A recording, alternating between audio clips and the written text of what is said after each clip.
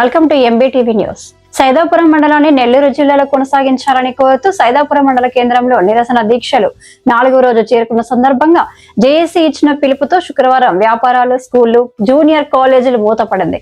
ప్రజలు స్వచ్ఛందంగా సైదాపురంను నెల్లూరు జిల్లాలో ఉంచాలని ముందుకొచ్చి బంద్ ను పాటించారు. దీంతో సైదాపురంలో బంద్ విజయవంతంగా జరిగింది.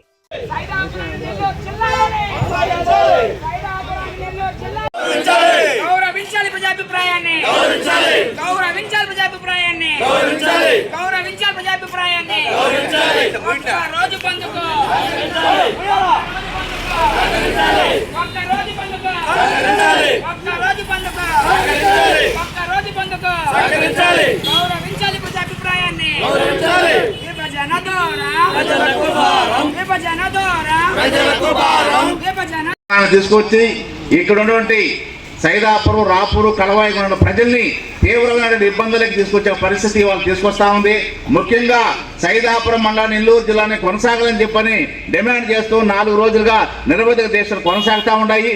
మరి ముఖ్యంగా చంద్రబాబు నాయుడు ఆనాడు ప్రతిపక్షం ఉన్నప్పుడు గూడూరుకి వచ్చి అక్కడ ఉన్నటువంటి మహిళలకు ముఖాముఖ సమావేశంలో హామీ ఇవ్వడం జరిగింది. ఇవాళ రాష్ట్ర ముఖ్యమంత్రి ఒక హామీ ఇచ్చి ఆ హామీని ఇవాళ అమలు చేయకుండా అభివృద్ధి శక్తులు, బడా కార్పొరేట్ శక్తులకి అనుకూలంగా ఇవాళ జిల్లా పునర్విభజన చేయడం అనేది ఈ ప్రజల యొక్క మీరు చేస్తున్నటువంటి తీవ్రమైన అన్యాయంగా ఇవాళ జేఏసీగా మేము భావిస్తున్నాం. ఇప్పటికైనా సరే వెంటనే ప్రభుత్వం స్పందించాలి. ఇక్కడ ఉన్నటువంటి సైదాపురం మండలంలో ఉన్న ప్రజలు దాదాపుగా 50 గ్రామాల ప్రజలు మొత్తం కూడా సైదాపురం మండలాన్ని నెల్లూరు జిల్లాలని కొనసాగించాలని చెప్పని ఇవాళ వాళ్ళు ఆకాంక్షిస్తూ వాళ్ళు దానికి వాళ్ళ అభిప్రాయంగా ఇవాళ భావిస్తా ఉన్నారు.